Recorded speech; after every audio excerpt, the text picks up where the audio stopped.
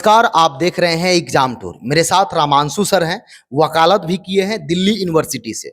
तो एक बात जानते हैं कि विविध के बारे में अच्छा जानते हैं। दूसरी बात, प्रशासनिक सेवा में भी रहे हैं, यानी कि सचिवालय में भी 4-5 साल काम किए हैं, तो ज़्यादा अनुभव है। कैसे आप देखिएगा टीआरई को लेकर जो अभी लगातार कन्फ्यूजन चल रहा है, क्या टीआरई 2 कैंसिल हो सकता है, टीआरई 1 कैंसिल हो सकता है, या फिर से रिजल्ट आ सकता है, या एएनएम का जो पटना हाई कोर्ट के द्वारा जो दिया गया है उसका क्या प्रभाव पड़ सकता है। लगभग 20 केसेज किया गया है टीआरई को लेकर, उस पर क्या क्या हो सकता है, इसके बारे में संपूर्ण जानकारी लेंगे। एक एक बात और विधि सम्मत जो हो सकता है उसके बारे में। सर, आपका स्वागत है एग्जाम टूर। बहुत बहुत धन्यवाद अभिषेक जी। सर, एनएम वाला आप देखे होइएगा, कल जैसे जिस तरीका से आया 2 दिन पहले, क्या क्या हो सकता है। टीआरई में लगभग कई प्रकार से केस लोग किए हैं कि ये चेंज हो गया, ये छूट नहीं दिया गया, ऐसे परिवर्तन हो गया, कभी 40 प्रकार, कभी 50 प्रकार, बहुत सारा। क्या हो सकता है सर इस पर?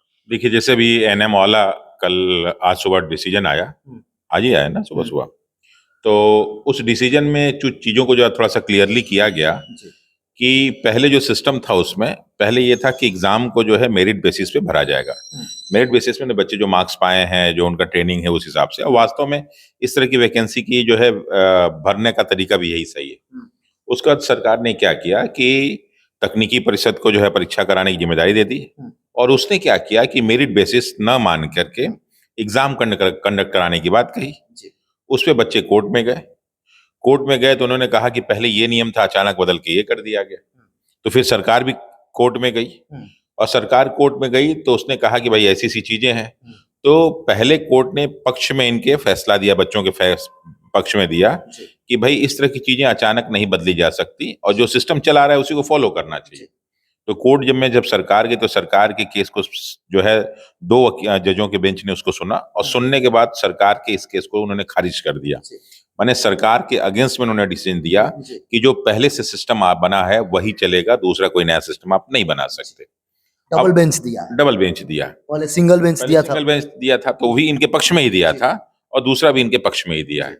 यानी सरकार इसमें बुरी तरह से हारी। अब आपने कहा कि क्या इसकी तुलना जो है हम बीपीएससी टीआरई 2 से कर सकते हैं, तो उसमें देखिए बीपीएससी टीआरई 2 की बात करें तो उसमें बहुत सारी खामियां थी, और एक साथ लगातार ये 3-3 एग्जाम कराना, टीआरई 3 तक आते आते पकड़ में भी आ गया कि कितना व्यापक स्तर पे धांधली हो रही थी। अब बीपीएससी टीआरई 1 टीआरई 2 में धांधली हुई कि नहीं हुई, अपने प्रश्न चिन्ह की बात है, क्योंकि हो सकता है कि धांधली हुई हो, लेकिन हम मानते हैं कि चलिए बीपीएससी टीआरई 1 बहुत ईमानदारी से हुआ, 2 भी मानते हैं ईमानदारी से हुआ। लेकिन एक तो सप्लीमेंट्री वाला हटाया गया, जितनी सीटें थी उतनी भरी नहीं गई। तीसरा बीच में जो है हिंदी वाला मैटर आया, और हिंदी को अरे भाई, पेड कोर्स खरीद के थक चुके हैं आप, तो आ जाइए ऑफिसर्स एकेडमी के यूट्यूब चैनल पर। जी हां, ऑफिसर्स एकेडमी पूरी तैयारी करा रहा है फ्री में, यूट्यूब चैनल पर क्वालिटी कंटेंट दे रहा है 24 घंटे लाइव। अभी सब्सक्राइब कीजिए, अभी साथियों, अभी सर्च कीजिए द ऑफिसर एकेडमी, जुड़िए हमारे साथ और तैयारी कीजिए पूर्णतः फ्री। हटा दिया गया। अभी एग्जाम होने के बाद ऐसे अभी जो डॉक्यूमेंट वेरिफिकेशन हो रहा है तो डेली 10, 20, 50, 100 पकड़े जा रहे हैं। यानी अगर हम बीपीएससी टीआरई 2 की बात करें तो आपको कम से कम इसमें जो है ना 20-25 खामियां दिख जाएंगी। तो अगर बच्चे इस मुद्दे पे कोर्ट में गए हुए हैं और इन सारी खामियों को गिना देंगे, तो मुझे विश्वास है कि बीपीएससी टीआरई 2 में रिजल्ट को लेके, उसकी ज्वाइनिंग को लेके बहुत सारा प्रश्न चिन्ह उठ सकता है। अब कुछ लोग कहेंगे सर ज्वाइनिंग तो हो चुकी है, तो ज्वाइनिंग तो बंगाल में भी हो गई थी 2016 में। 6 साल से 7 साल से लोग नौकरी कर रहे थे, तो उनको सिर्फ और सिर्फ हटाया ही नहीं गया, उनसे कहा गया कि सूद ब्याज सहित आप पैसा वापस करेंगे, वेतन जो है वापस करेंगे। तो ये कोई बहुत बड़ी चीज नहीं होती है। हाँ, कोर्ट कोशिश करती है कि जो लोग ज्वाइन कर लिए हैं और जो है नेचुरल जस्टिस के अगेंस्ट कुछ ना हो, कुछ के चक्कर में बहुतों का नुकसान ना हो, ये है। लेकिन कुछ के चक्कर में बहुतों का नुकसान यहाँ हो रहा है, क्योंकि बहुत सारे ऐसे बच्चे हैं जो जेन्युइनली परीक्षा दिए थे, ईमानदारी से उन्होंने अच्छे मार्क्स लाए थे। अब आपने देखा होगा बीपीएससी टीआरई में जो है मेरिट लगभग 55 के आसपास गई, मतलब 60 के आसपास गई। अचानक जो है बीपीएससी टीआरई में बढ़ के 100 के आसपास हो गई, 85 से लेकर 100 के बीच में। तो ये डबल का मेरिट का चेंज होना, ये भी अपने आप में एक प्रश्न चिन्ह उठाता है। तो अगर आप बीपीएससी टीआरई 2 के जो है भर्ती को देखेंगे तो मुझे लगता है कि उसमें बहुत सारी खामियां हैं, और अगर बच्चे इस पे प्रॉपर ढंग से वकील के साथ जाके अपने तथ्यों को रखें तो मुझे लगता है कि उनकी एक एक बात सुनी जाएगी, और मुझे लगता है कि उनके पक्ष में डिसीजन आएगा ही आएगा। सर, 2 जगह जिस तरीका से डिसीजन आया, बिहार में पटना हाई कोर्ट के द्वारा एनएम वाला डिसीजन दिया गया, और बंगाल की जो आप बात करते हैं, क्या इनके जो बच्चे के वकील होंगे ये दोनों को कोर्ट कर सकते हैं, बता सकते हैं क्या ये भी उनके लिए कड़ा रुख अपना सकता है? हाँ बिल्कुल, देखिए जब भी क्या होता है ना, वकील जब भी जाता है किसी कोर्ट में किसी केस के लिए, जी, तो देखिए ये केस का सिस्टम है। जी, वो वकील जाके क्या करता है, जैसे आप देखेंगे वकीलों के चैम्बर में जाते होंगे तो खूब सारी किताबें आप देखते हैं। जी, तो बेसिकली किताबें क्या होती हैं, वो प्रीवियस जो केसेस होते हैं उनका डिसीजन होते हैं, और उसमें क्या क्या लॉ पॉइंट कहा गया वो बताया जाता है। तो एक अच्छे वकील को उससे रिलेटेड बहुत सारे केसेस याद रहते हैं, तो वो जब कोर्ट में जाता है तो अपने उन्हीं सारे केसेस को जो है वहां पे जो है बताता है कि साहब ये केस हैं, उसको कोट करता है, और उसमें ऐसा ऐसा डिसीजन दिया गया था, उसमें मसला ये था।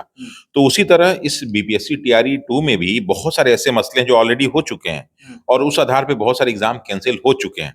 अब आप कहेंगे कि क्या सरकार नहीं जाएगी? मुझे लगता है सरकार तो जाएगी, निश्चित रूप से जाएगी सरकार के अपने पक्ष रखने के लिए, लेकिन जिसमें एग्जाम हुआ था उस समय कोई और सरकार थी और इस समय कोई और इस सरकार है। तो इन सब चीजों को लेके मुझे लगता है कि अगर बच्चे अपनी बातों को दृढ़ता के साथ रखें, वकील लोग इन सारे के सारे लेटेस्ट फैसलों को भी उसमें रखें, तो मुझे लगता है कि बच्चों की जो है विजय होगी। सर इसमें 2 प्रक्रिया नहीं हो सकता है क्या? ये भी हो सकता है कहीं कोर्ट के द्वारा बोला जाए कि जो ज्वाइनिंग किए हैं उसमें देखा जाए कि हिंदी में कौन पास है या कौन फेल है, या फिर से जो टोटल सीट है उस पर रिजल्ट दे दीजिए, बहुत सारा कंडीशन बन सकता है? देखिए जैसे एक पहला तो मसला आपने हिंदी बोला, जी, तो सिर्फ हिंदी वाला मसला नहीं है, जी, इसमें कई और मसले भी हैं, कई और समस्याएं भी हैं। जी, अब आपने जैसे कहा कि हिंदी वाले हम इश्यू को उठा लें कि जी। भाई जो हिंदी में फेल है उनको हटा दीजिए, बाकी लोग को रखे रहिए। जी। तो जब हिंदी वाले हटेंगे तो लोग और भी रखेंगे कि साहब ये भी कारण है, ये भी कारण है, ये भी कारण है, तो इन सब सभी कारणों को देखिए, उसके बाद इनको लीजिए। तो लेकिन फिर भी कोर्ट क्या करती है ना कि सब चीज को संज्ञान में लेती है कि कौन सी ऐसी चीज है जिससे लोगों का नुकसान नहीं हो, कौन सी ऐसी चीज है जिससे अधिक से अधिक लोगों का फायदा हो, तो उसके हिसाब से डिसीजन लेती है। लेकिन मुझे लगता है कि बीपीएससी टीआरई 2 में बहुत सारे प्रश्न चिन्ह हैं, और अगर इसको कोर्ट में ठीक से लड़ा जाए तो बच्चों के फेवर में कई तरह के फैसले आएंगे उसमें, सप्लीमेंट्री रिजल्ट से लेके हिंदी को हटाने से लेके मेरिट से लेके और जो सीटें खाली रह गई उनको, इन सब चीज को लेके बहुत सारे जो है डिसीजन उनके फेवर में आ सकते हैं। सर एक जो ये है कि जो बच्चे उसमें जा रहे हैं जिनका मान लीजिए मार्क्स था, क्वालिफाइंग कर गए थे, जिनके पास कट ऑफ भी था, फिर भी उसमें part 1, part 2, part 3 cut off दिया गया अलग अलग सब्जेक्ट का, ये सर ये सब कट ऑफ भी प्रश्नवाचक चिन्ह उठता है। बिल्कुल, देखिए कुछ भी जो है ना बीपीएससी टीआरई 1 जैसे हम लोगों ने देखा था, टीआरई 2 भी देखा, इसमें तो मतलब समझ लीजिए कि एक ऐसा गेम था जिसमें कोई रूल ही नहीं था। मतलब गेम की जब शुरुआत हुई तब तक जितने रूल बदल सकते थे, इधर कर दो उधर कर दो, उस समय बस एक ही लक्ष्य दिख रहा था कि अधिक से अधिक लोगों को रोजगार दो। कारण ये था कि उसमें जो सरकार थी 2024 का चुनाव दिख रहा था सबको, और उस समय उनका लक्ष्य दूसरा था कि 2024 के चुनाव में जो बीजेपी और जेडीयू गठबंधन ने अपना काम किया था और अब आरजेडी जेडीयू गठबंधन था, तो वो 40-40 के चक्कर में पड़े हुए थे, तो उसमें कहानी कुछ और चल रही थी। आनन फानन में सब गलती। तो इसलिए उसमें जो है आनन फानन में बहुत सारे डिसीजन लिए गए।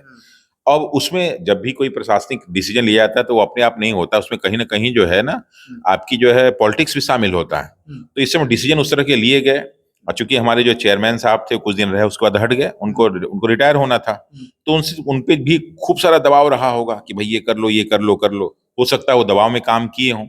लेकिन ये जो समय समय पे क्रमबद्ध ढंग से कई प्रकार के परिवर्तन किए गए, उन परिवर्तनों को अगर ठीक से रखा जाए तो मुझे लगता है कि इसमें आपको सारी की सारी त्रुटियां नजर आएंगी। और हाँ, ये जरूर हो सकता है कि कुछ बेसिस पे कि जो लोग मान लीजिए जैसे हिंदी में पास हैं उनको रख लो, ये रख लो वो रख लो, तो इस बेसिस पे हो सकता है कि कोर्ट ये डिसीजन दे कि जो कुछ इस बेसिस पे हैं उनको रखा जाए। लेकिन मुझे लगता है कोर्ट को एक डिसीजन और देना चाहिए कि सारे के सारे डॉक्यूमेंट्स को प्रॉपर ढंग से वेरीफाई किया जाए, क्योंकि मुझे लगता है डॉक्यूमेंट वेरिफिकेशन में बहुत सारी कमियां रह गई हैं, जिसकी वजह से बहुत सारे फर्जी लोग भी जो है जाके ज्वाइन कर लिए। अब हम लोग कभी भी फर्जी बच्चों का सपोर्ट नहीं करेंगे, जो मेहनत से ईमानदारी से लड़के, मैं बहुत सारे बच्चे हमें मिले आधा नंबर 1 नंबर से हट गए हैं सब, जिसमें उनकी कोई गलती नहीं।